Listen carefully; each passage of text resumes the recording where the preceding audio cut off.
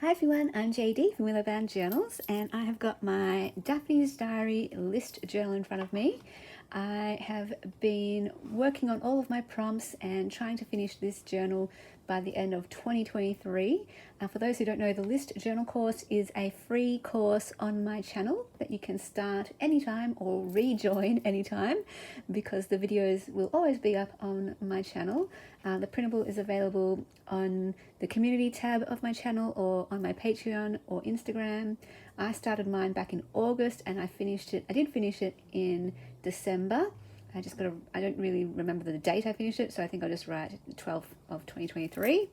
And I've done quite a lot of process videos sharing what I've done in response to a lot of the prompts. But you take the prompts as jumping off points. You can swap them out, use your own ones, or skip any that aren't resonating with you. And there's just a great way, an easy way to get into journaling if you have taken a break from it, or you're feeling a creative lull, or you've never journaled before. Because all you have to do is write a list of, I'm doing about 5 things, but sometimes I do more, sometimes I do fewer. And it's just a low-key way to start journaling again and decorate the pages with beautiful pieces that speak to you. So I did a page spread video on that one, and this one I believe, and this one is one of those ones that I filled in. So this is going to be a chatty video, so sit back and relax, grab something yummy to eat and drink, and I'll just go through over the prompts that I did off camera. So this one was prized possessions. Oh, and this is a free printable as well that goes with the course. That's available on my Patreon. And there's also a 15-page printable kit that was for my Ruby patrons and higher, because each month I release a printable kit for my Rubies. And I thought I'd pair the printable kit for the month I released the journal course with the Patreon kit. So it came with a whole bunch of doilies and journal cards and other things to use in your journal, and you'll see that throughout in here as well.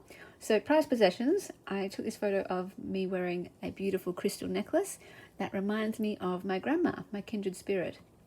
When I was a kid, she had this jewelry box. It was like the wooden cabinet with wardrobe doors, like glass doors, and I would rummage through her jewelry, and my favorite item was the crystal necklace.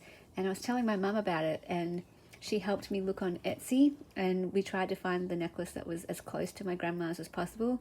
And then she bought this for my birthday, and it arrived in the mail, and I opened it up and it was so sparkly and I loved it. It's a tiny bit different to my grandma's. The beads at the front are ginormous.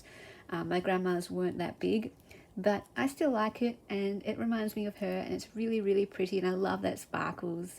And then these are other gifts that my grandma gave me throughout my childhood and high school years. She was the best gift giver because she knew me and we loved similar things. We were girly, creative, loved pretty, sparkly things. And I'm just thankful that I have all of these things to remember her by. And then my other grandma, she used to embroider and knit, and she passed on some doilies to me. This wasn't one of them, but she had a Swan perfume bottle with a gold crown, and I got that one, but the crown chipped, and when I moved house I ended up parting with that Swan. But I hope to find one that is in good condition, no chips or anything, and have that remind me of this grandma, the way that this necklace reminds me of my other grandma. So I'm very much a sentimental person, and objects to me are how I remember and honor and get joy out of objects. I'm definitely not a minimalist. I've finally come to that conclusion that I'm not a minimalist, and I use items, the things that I make and the things that I keep, to tell my story and to enrich my life and all that kind of thing. So the next one that I haven't done a video on yet is strengths, but I'm going to skip that page because I actually did that twice. I accidentally sort of did 2 prompts the same, because this is a prompt list that I got from, or some of it was inspired by Johanna Clough. She gave me permission to use some of her prompts, and she also gave me prompts for me to journal about, not necessarily like a top 5 list or anything, but I included it on the top 5 prompts list, and it was best features or best qualities.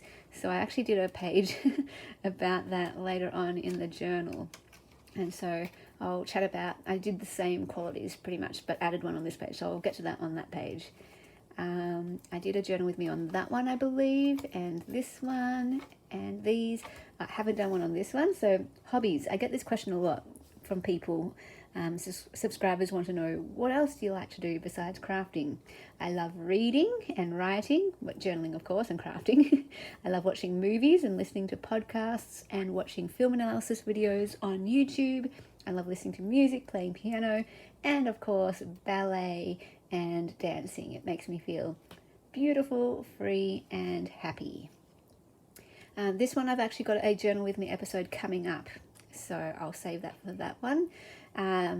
September, I just saw that on the page, and that's my birth month, so I thought I'd just create my own list of 4 words to sort of describe me, and these are words that other people have described me as. Poet. One friend in particular, she calls me the poet, and I love that because, you know, I'm a writer, I love reading, words are my thing, and yeah, she would always say things like, oh, your words are like gold, I can't wait to hear you speak because everything you say is gold, or your words always hit the mark. And I'm like, oh my goodness, I started to feel pressure actually, that to only speak when I had something, you know, profound to say.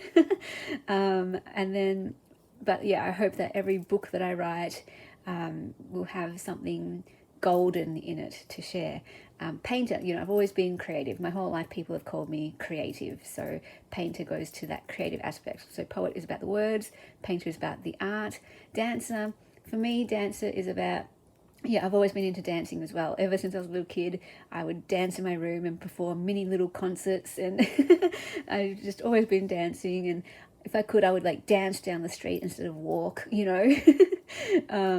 And dancing for me is about like a lifestyle of living with joy and living with beauty and living with inspiration and that kind of thing. And then philosopher, a few people have called me a philosopher. You know, I'll have shared one of my journals with them, or I'll have just been talking about what I've been learning, or I'll share one of my life quotes or whatever, and they'll be like, wow, you're a bit of a philosopher, aren't you? And I'm like, huh, sure, I'll claim it, because that represents my thinking side. So I am a thinker. I'm an overthinker, and I've come to embrace it. It's just part of my nature. If out of anything, I'm thinking constantly. And I love reflecting. I love coming up with insights and learning and growing and sharing what I learn and sharing my thoughts. I love deep thinking and all that kind of stuff. So if I'm a philosopher, I'll claim that. So that's actually a prompt I used for one of my Everything Journal course prompts for our sort of author page for our Everything Journal. So that was really fun, coming up with 4 words to kind of describe your essence, or 4 things that you aspire to be or that you value. I believe I've done a book. I've done a page spread on this one and that one. Oh, and this one and that one. So I've already done videos on those that you are most welcome to look back on. I have done those ones, I believe. Did I do this one? Current favorites. My current favorite podcast is Psychology in Seattle, which is pretty much my all-time favorite all the time. I am a patron of theirs and a member of theirs because I believe in what they do, and I just want to thank them for what they do and how they help me, and I want to play a part in helping others through their podcast. My favorite YouTube channel at the moment is The Cottage Fairy. My favorite color at the moment is teal blue. My favorite magazine, well, it's like the only one really, Daphne's Diary. Soup, this is an unusual one. My current favorite soup is potato and leek. Like, you know, when you just go through phases, and yeah, so potato and leek. Favorite chip, well, at the time when I wrote this, I should have actually written the date. I kind of am over this soup and this chip now, but anyway, salt and vinegar French fries. My current favorite chip is probably Tasty Tubes. Loving Macca's chocolate soft serve. Oh, it's so good. My current favourite game that I'm playing is Dwarf Romantic. Book, First We Make the Beast Beautiful. I think that was my favourite book from last year that I read in 2023. My favourite journal style, vintage French. Oh, love it. My favourite journal that I kept last year was my art junk journal. And my favourite thing in the world is pretty much my cat. I love my kitty cat, Keanu. I did a page spread on this one already, and I love how that looks. So pretty. I have a Journal With Me episode coming up on that one. Achievements. So I just focused on two main achievements for the year in 2023. The first one being the dance concert, where I was in 4 dances, which was really stressful for me because I've only ever been in 2 at the most. And I don't even know how I kept the choreography of 4 dances in my head. I have no idea. When I had 2 dances, I was super confident. I could run over the choreography in my head, and I knew it. When I tried to do the same thing with the 4 dances, it took me so much longer. And yeah, I wasn't feeling the most confident, but we got through it, and I'm just glad we got it done. I was in 2 ballet dances and 2 adult jazz dances. And then my other biggest achievement from last year was winning a writing competition, and so excited. I've come second and third before, but that was quite a while ago now. And yeah, I've never won one before, and I was just like blown away and felt super encouraged because, you know, I'm working on a book at the moment, and at that time I was actually thinking, oh, do I even keep writing this, because maybe it's not very good and maybe no one will like it. And then I won the competition, and it felt like God was just saying, no, you're getting that book out. Trust me, I made you to be a writer, and your words will make an impact. And because I'm very, like, with my art, I've said this before on my channel, with my art, I'm happy to share my art with anyone and everyone, even my bad art. I don't care. I'm not nervous about that. But when it comes to my writing, because writing is my biggest passion, I guess that's why I'm nervous about sharing my writing. I hardly ever share my writing, but my art, I'm totally happy. People are like, can I see your artwork? I'm like, yeah, here, sure. Look. But when people ask me, can I read your writing? I'm like, oh no. So just that led me to thinking about other achievements in terms of writing, because again, writing's my biggest passion, and just looking back over my writing journey, these are my biggest life achievements pretty much. Publishing an ebook about the walk from Sydney to Melbourne that I did back in 2011, where we raised money for the Dalits in India, and it was a 6-week walk, and it was life-changing. So I wrote about that journey, and that's available on Amazon Kindle. I believe the link is down below in the description box of any of my videos. And my print book is available in my Etsy. All the print books are sold, they sold out, but the ebook is still available in my Etsy.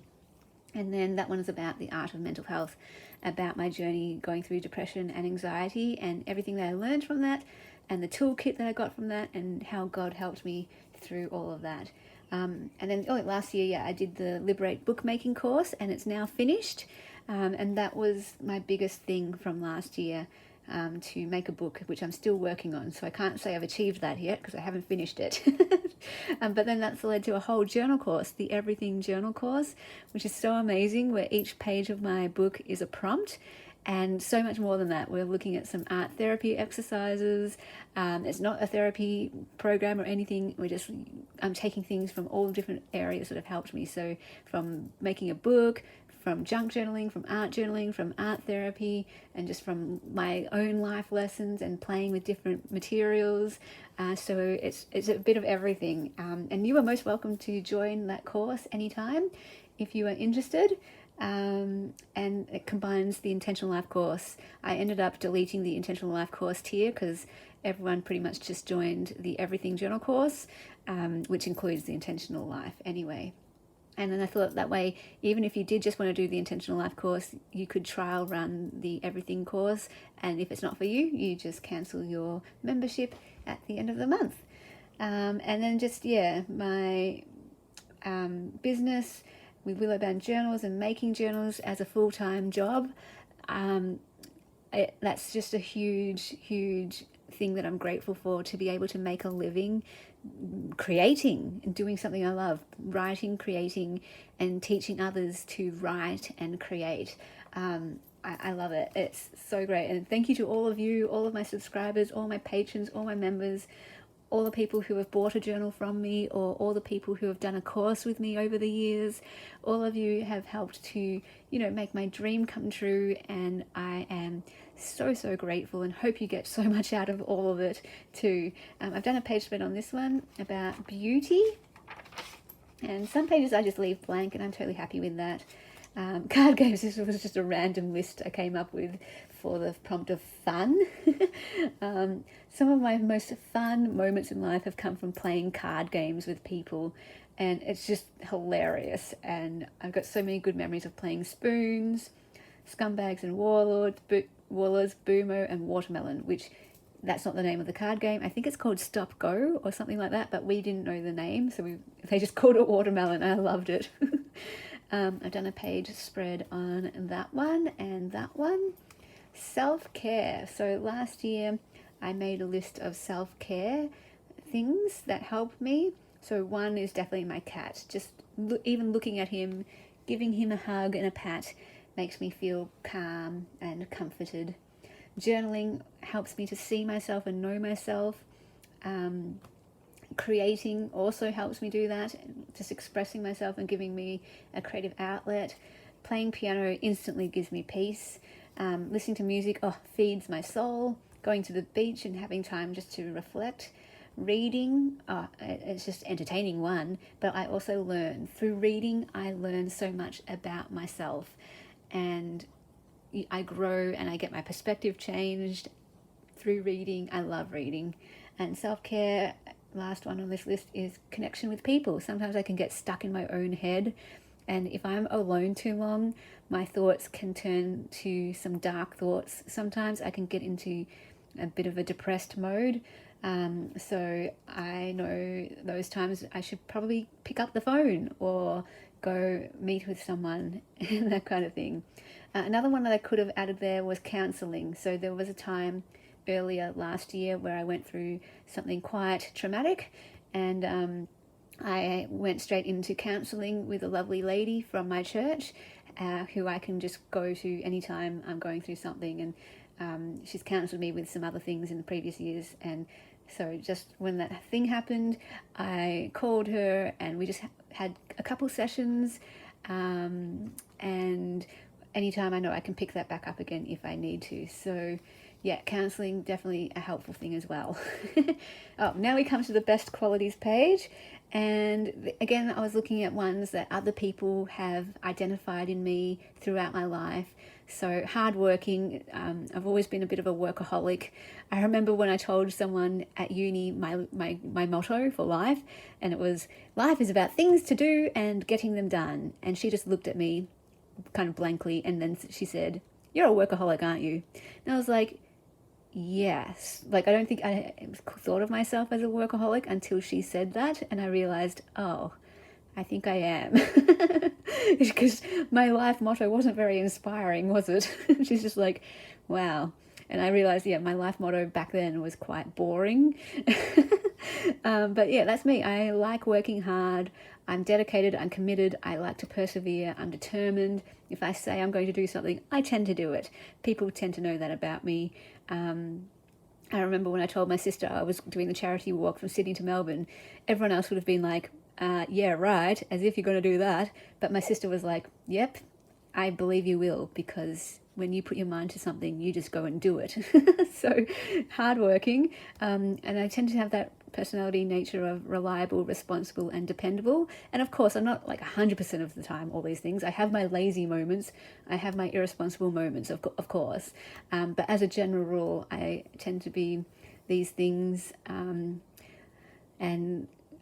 creative is just another one where it's been a constant. And in fact, if I only had one word to describe me, I probably would say creative, because that's the one that people have called me from my entire life. My mum would say that's the key word too, creative.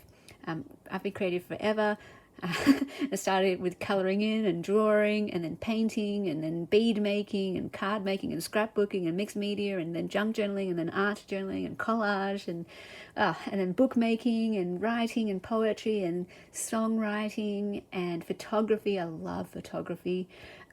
So yeah, I'm just all over the creativity, thoughtful, caring and considerate. This is one that my sister would constantly tell me I'm these things, where I don't necessarily would maybe call myself this, because I tend to think I have more of a cold, aloof type of personality, and I've heard that quite a bit because I'm an introvert too, and I tend to be very quiet, very reserved, very shy and cautious in real life.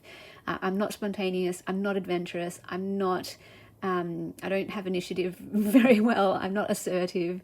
I'm very, in real life, in face to face, I'm quite shy, reserved, quiet, that type of thing. And people would call, like when they first met me, they would say, "Oh, I didn't want to talk to you because you seemed very standoffish. You seemed kind of cold and aloof and that kind of thing." And that's just like my introvert nature, because I'm not sure how to be and I'm awkward and all that kind of stuff. But as soon as we get talking, then the bubbliness comes out. That's how other people would describe me, is I'm bubbly and I'm cheery and I'm just always inspired and I'm always energized and passionate about everything. And people would describe me as spirited. But you just have to get over that first initial awkward meeting. So yeah, and then they find, oh, you're actually really kind of warm and friendly and welcoming, but they just didn't know that. I've had people say to me, "Oh, I wish we started talking earlier." I'm like, yeah, I know, I'm sorry, I'm really awkward and all that kind of thing. But yeah, I do try. I am a thinker, and I do try to put people at ease and look out for people if I can, and that kind of thing.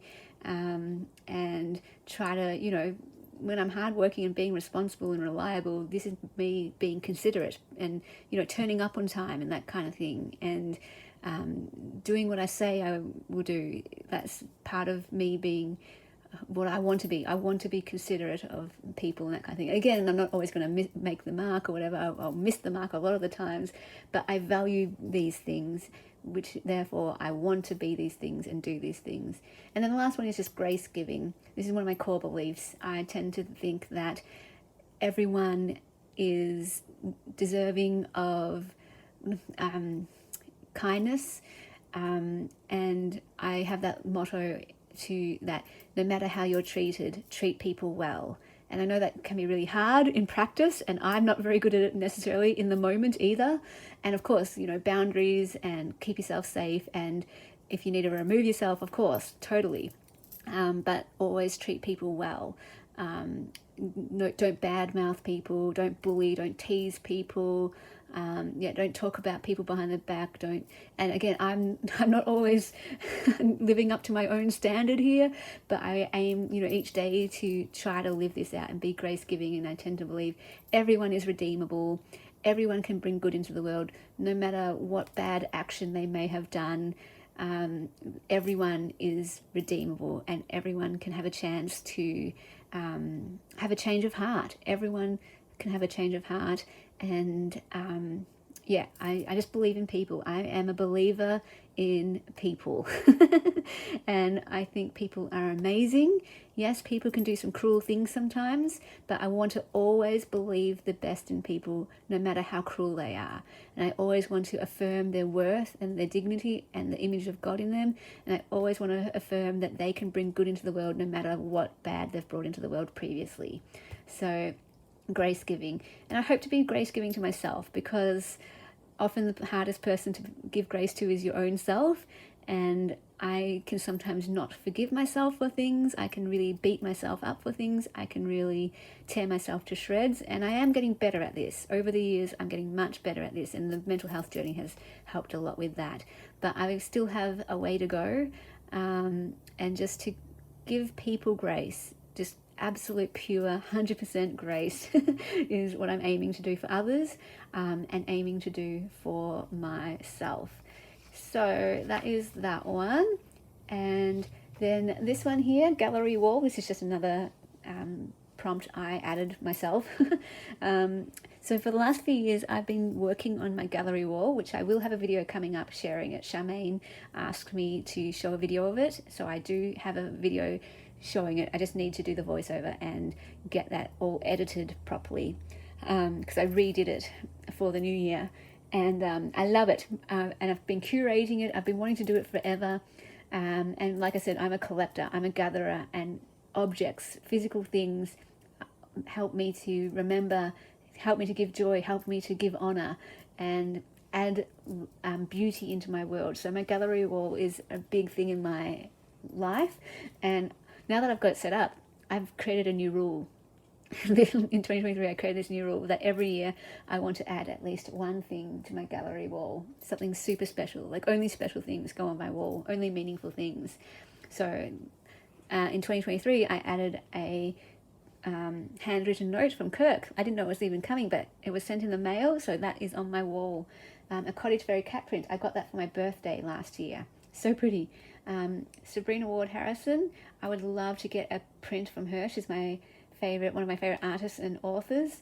And there's this one print in particular called Diamond Girl. Well, I named it that. She named it something different, but it's very significant to me. And one day I would hope she makes a print available. Lord of the Rings, Labyrinth, and Neverending Story. I want at least one movie poster on my wall to represent how movies are a huge part of my life. And it'll probably be Lord of the Rings, but Labyrinth is also a classic, just a classic movie that I love. Cat Doily, that my sister gave me last year, that is now on my wall as well. And I'd like to put my grandma's doily up there, and maybe a vintage postcard and playing card. That's just beautiful. Because that would represent like my love of journaling and vintage and that kind of thing. And then what do we have here? I have got a Journal With Me episode on this one, I believe, so I'll save that for that one. I've done a video on this one, and oh, we're at the end. Perfect. So I hope you enjoyed that look at my list journal and some of the prompts that I did off camera, and I'll be back sharing the process videos for those other prompts. And then after that, we will do a final flip through. I just want to do a once over check and maybe glue some pages together, add a few decorative elements, and add the date that I finished it. So I love this journal. Hope you had fun with the list journal course. If you were joining me with that, if you're still going, keep going with it. There's no end point, there's no end limit or time limit. And if you've just discovered this course, you can join it anytime. Thank you so much for watching, and I'll see you in the next video. Bye guys. Big special thank you to my beautiful patrons who supported me in December. If you would like to support me in the month of January, I would be so ever grateful. Becoming a patron gets you access to extra videos, including my monthly journal series where I make a journal from start to finish each month. The Ruby tier gets you access to every single digital kit from my Etsy, as well as a new kit each month. And there's different tiers. There's some mail tiers and a journal tier as well, so feel free to check those out. If you'd like to take any of my courses, those are down below in the description box as well, and all the links and places to find me are down there too.